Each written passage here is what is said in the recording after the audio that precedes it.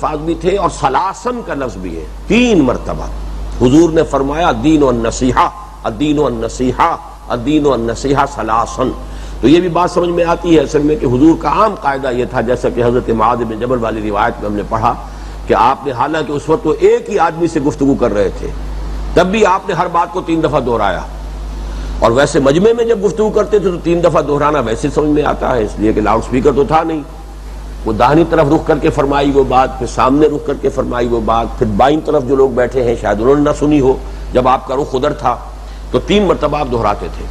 تو اس حدیث کے ایک متن میں سلاسن کا لفظ بھی موجود ہے، الدین والنصیحہ الدین والنصیحہ الدین والنصیحہ سلاسن۔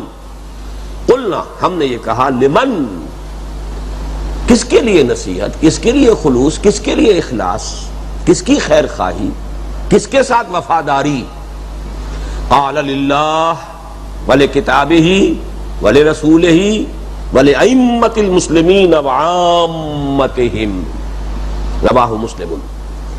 یہ خلوص و اخلاص اللہ کے ساتھ، اس کا کیا مطلب ہے؟ وفاداری بھی ہو، اللہ کی پوری تابعداری بھی ہو، تمام مخلوقات سے بڑھ کر اللہ سے محبت بھی ہو، اللہ کی رضا جوئی ہی انسان کا نصب العین بن جائے، یہ سارا اب اللہ کے ساتھ خلوص و اخلاص۔ الاعمال بالنیات وہ یہاں پر اس میں شامل ہو جائے گا، گویا کہ وہی بات جو میں نے کہا تھا کہ کچھ چیزیں ایسی ہیں دین کی باطنی حقیقتوں کی تعبیر کے لیے، انہی میں سے اس حدیث کو نوٹ کیجئے، نمبر 1 والی حدیث، اور یہ نمبر 7 والی حدیث آ رہی ہے، اور بھی بہت سی آئیں گی بعد میں، لیکن اس کو نکال لیا ہے شروع میں تاکہ وہ ایک بہت اہم بات جو ہے وہ شروع میں آ جائے۔ تو اللہ کے ساتھ دوسری بات جو نوٹ کرنے کی ہے کہ عام طور پر ترتیب ہوتی ہے اللہ کے بعد رسول کی، یہاں لے کتاب ہی آیا ہے، رسول ہی بعد میں آیا ہے، اس کی وجہ کیا ہے؟ یہ بھی ہو سکتا ہے کہ یہ جیسا کہ ہمیں معلوم ہے کہ حدیث جو ہے وہ لفظاً محفوظ نہیں ہوتی، ترتیب آگے پیچھے ہو سکتی ہے، جب حدیث جبرائیل کے اندر بھی ترتیب آگے پیچھے ہے جو ام السنہ ہے تو اور بھی ہو سکتا ہے، لیکن یہ کہ اگر یہی ترتیب ہے تو اس میں ایک بڑی حکمت نظر آتی ہے، اور وہ حکمت یہ ہے کہ رسول کا معاملہ جو ہے ایک خاص اعتبار سے صرف صحابہ کے لیے تھا، ہمارے لیے دائمی طور پر اللہ کے ساتھ منسلک ہے اس کی کتاب ہے۔ اب ہمارے پاس اللہ کی کتاب موجود ہے، رسول صلی اللہ علیہ وسلم کی ایک حیثیت تو اللہ کی حیثیت کے تابع ہے، ان کی اطاعت کرنی ہے، وہ تو جو اللہ کی اطاعت ہے اس کے رسول کی اطاعت ہے، کرنی ہوگی، وَمَن يُطِعِ الرَّسُولَ فَقَدْ أَطَاعَ اللَّهَ۔ لیکن جو خلوص و اخلاص کا معاملہ ہے، میں ذاتی طور پر حضور کے ساتھ کیا خلوص برتوں گا، میں حضور کے ساتھ ذاتی طور پر کیا وفاداری کروں گا؟ البتہ یہ کہ قرآن کے ساتھ وفاداری، آپ اس میں وہ ساری چیزیں نوٹ کر لیجئے، مسلمانوں پر قرآن مجید کے حقوق، وہ پورا گویا کہ یہاں پر وَلِکِتَابِهِ، کتاب کے ساتھ خلوص، اس کا پورا حق ادا کرنا، اس کے ساتھ جو ہے پوری وفاداری۔ اب وفا کے معنی بھی پورا کرنا ہوتا ہے نا، وفاداری، وفا پورا کرنا، وعدہ وفا کرنا، وعدہ پورا کرنا، تو کسی کے ساتھ وفاداری کا مطلب یہ جو اس کے حقوق ہیں اس کو پورے کے پورے ادا کیے جائیں۔ تو للہ ولکتابہ ولرسولہ، اور رسول کے ساتھ صلی اللہ علیہ وسلم۔ اب اس میں کیا اس سے مراد ہے وہ آئندہ ہم حدیثیں پڑھیں گے تو وہ کھل کر آ جائے گا۔ ویسے یہ کہ وہ مضمون تو ہمارے ہاں جو نبی اکرم صلی اللہ علیہ وسلم کے ساتھ ہمارے تعلق کی بنیادوں والا کتاب چاہے حب رسول کے تقاضے ہیں، یہ کتابچے موجود ہیں، لیکن اس مجموعے میں بھی حدیثیں آئیں گی۔ لیکن جو اہم تر حصہ ہے اس کا ہمارے لیے، خاص طور پر آج کے دور میں کسی دینی جماعت کے لیے، کسی خادم دین فرد یا خادم دین جماعت کے لیے، وَلِأَئِمَّةِ الْمُسْلِمِينَ وَعَامَّتِهِمْ،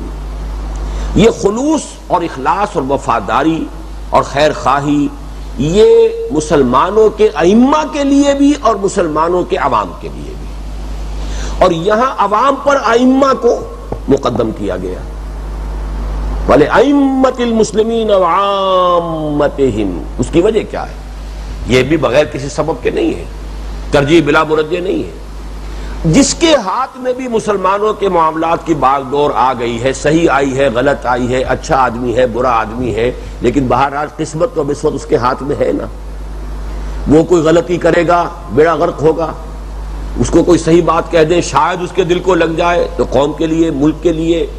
پوری امت کے لیے مفید ہوگی، لہذا نصح و خیر خواہی اس کے ساتھ رہنی چاہیے۔ وہ نصح و خیر خواہی کا مطلب یہ نہیں کہ اس کا حکم مانا جائے، وہ تو اللہ اور اس کے رسول کے ساتھ معاملہ ہے، مطلب یہ کہ اسے ہمیشہ صحیح مشورہ دیا جائے. اس صحیح مشورے کے اندر وہ بات بھی شامل ہے جیسا کہ حضور نے فرمایا کہ انصر اخاک ظالما او مظلوما، اپنے بھائی کی ضرور مدد کرو چاہے ظالم ہو چاہے مظلوم ہو. اب صحابہ حیران ہوئے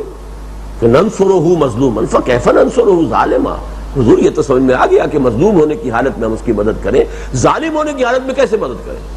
فرمایا اس کا ہاتھ روک لو ظلم سے، یہی اس کی مدد ہے. تو کسی غلط کام پر تنقید کرنا، کسی صحیح بات کا مشورہ دینا، اگر اس میں کوئی شخص رک جاتا ہے، جو آج کل کا ہمارا سیاست کا معاملہ ہے، اپوزیشن کی ہر وقت یہ خواہش ہوتی ہے کہ یہ حکومت گرے، تو صحیح بات کا مشورہ بھی نہیں دینا چاہیں گے. مبادا وہ صحیح بات کر لے تو اور مستحکم ہو جائے گی حکومت. یہ بالکل باریک بات ہے، اچھی طرح سمجھ لیجئے. صحیح بات اپنے پاس رکھیں گے روک کر کہ وہ تو اگر ہمارے ہاتھ میں طاقت آئے گی تو ہم کریں گے، لیکن اس وقت جو حکومت ہے اس کو ہم یہ صحیح بات کیوں بتائیں؟ اس کو تو ہر حال میں سینشر کرنا ہے، اس کو ہر حال میں اس کو جو ہے لوگوں کے سامنے ڈسکریڈٹ کرنا ہے، ہر حال میں اس کے اوپر تنقید ہی کرنی ہے. اسے تو کوئی الٹی پٹیاں ہی پڑھانی ہے تاکہ وہ الٹی پٹی پڑھائے، کسی کھائی میں گرے تو ہماری حکومت کے بننے کا امکان پیدا ہو. یہ ہے اصل میں موجودہ دور کی جمہوریت، جو مغربی جمہوریت ہے، جس میں کہ party in power and party in opposition کے مابین جو ریلیشنز ہیں وہ بالکل یوں سمجھیے کہ پیتھولوجیکل، وہ ایک طرح کی مرض کی نشاندہی کرنے والی چیزیں ہیں. لیکن اسلام میں یہ ہے کہ آپ صحیح مشورہ دیجئے جو بھی اس وقت ہے، اب ہے وہ، لیکن یہ کہ جو بات آپ صحیح سمجھتے ہیں اگر آپ ود ہولڈ کر رہے ہیں تو آپ خیانت کر رہے ہیں قوم کے ساتھ.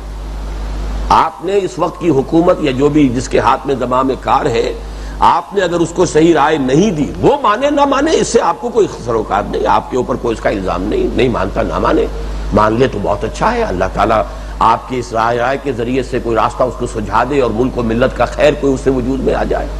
لیکن آپ ود ہولڈ کریں گے تو آپ نے تو خیانت کر لی. تو وَلِأَئِمَّةِ الْمُسْلِمِينَ وَعَامَّتِهِمْ، عوام مسلمانوں کے لیے بھی خیر خواہی، بھلائی کی بات کرنا، ان کی بہتری کی ہمیشہ جو ہے فکر کرنا، اس کے لیے بھی کوشاں رہنا، یہ ساری چیزیں جو ہیں یہ گویا کہ ایمان کا ایک خاص لب لباب حضور نے الدین والنصیحہ کے عنوان سے بیان کیا. الدین والنصیحہ قلنا لمن قال للہ ولکتابہ ولرسولہ ولأئمۃ المسلمین وعامتہم، رواہ مسلم رحمہ اللہ. اللہم صل علی محمد وعلی آل محمد کما صلیت علی ابراہیم وعلی آل ابراہیم انک حمید مجید. اللہم بارک علی محمد وعلی آل محمد کما بارکت علی ابراہیم وعلی آل ابراہیم انک حمید مجید. اما بعد فاعوذ باللہ من الشیطان الرجیم. بسم اللہ الرحمن الرحیم. رب اشرح لی صدری ویسر لی امری واحلل عقدۃ من لسانی یفقہوا قولی. جیسا کہ اس سے پہلے آپ کے سامنے بات آ چکی ہے، بہت سے محدثین نے 40 حدیثوں کے مجموعے مرتب کیے، لیکن جسے سب سے زیادہ قبول عام حاصل ہوا ہے یہ امام نووی رحمہ اللہ کا یہ مجموعہ ہے، سلیکشن ہے. اس کی سب سے بڑی خوبی یہ ہے کہ دین کے مختلف پہلوؤں سے متعلق بڑی بنیادی حدیثیں اس میں جمع کر دی گئی. مثلاً دین کے اصول کیا ہیں، جڑ کیا ہے، بنیاد کیا ہے، اس کی منزل کیا ہے، ہدف کیا ہے، آخری مقصود کیا ہے، پھر یہ کہ اس کا ایک عبادات کا نظام ہے، اس کی اصل روح کیا ہے، اس کا ڈھانچہ کیا ہے، اس کو کیسے پرزرو کرنا ہے. اسی طریقے سے مسئلہ جبر و قدر جو بڑا ہی ایک مشکل اور تقریباً لا ینحل مسئلہ ہے، اس کے ضمن میں بھی ایک حدیث اس میں آ گئی. پھر متعدد احادیث اور خاص طور پر جو اب ہم باقی رہ گئے جو اس کا ہم مطالعہ کر رہے ہیں، ان کو آپ 2 حصوں میں تقسیم کر سکتے ہیں. ایک ہے دین کے نظام فکری کا لب لباب، حکمت کا وہ پہلو کہ جو نظام فکر سے متعلق ہے.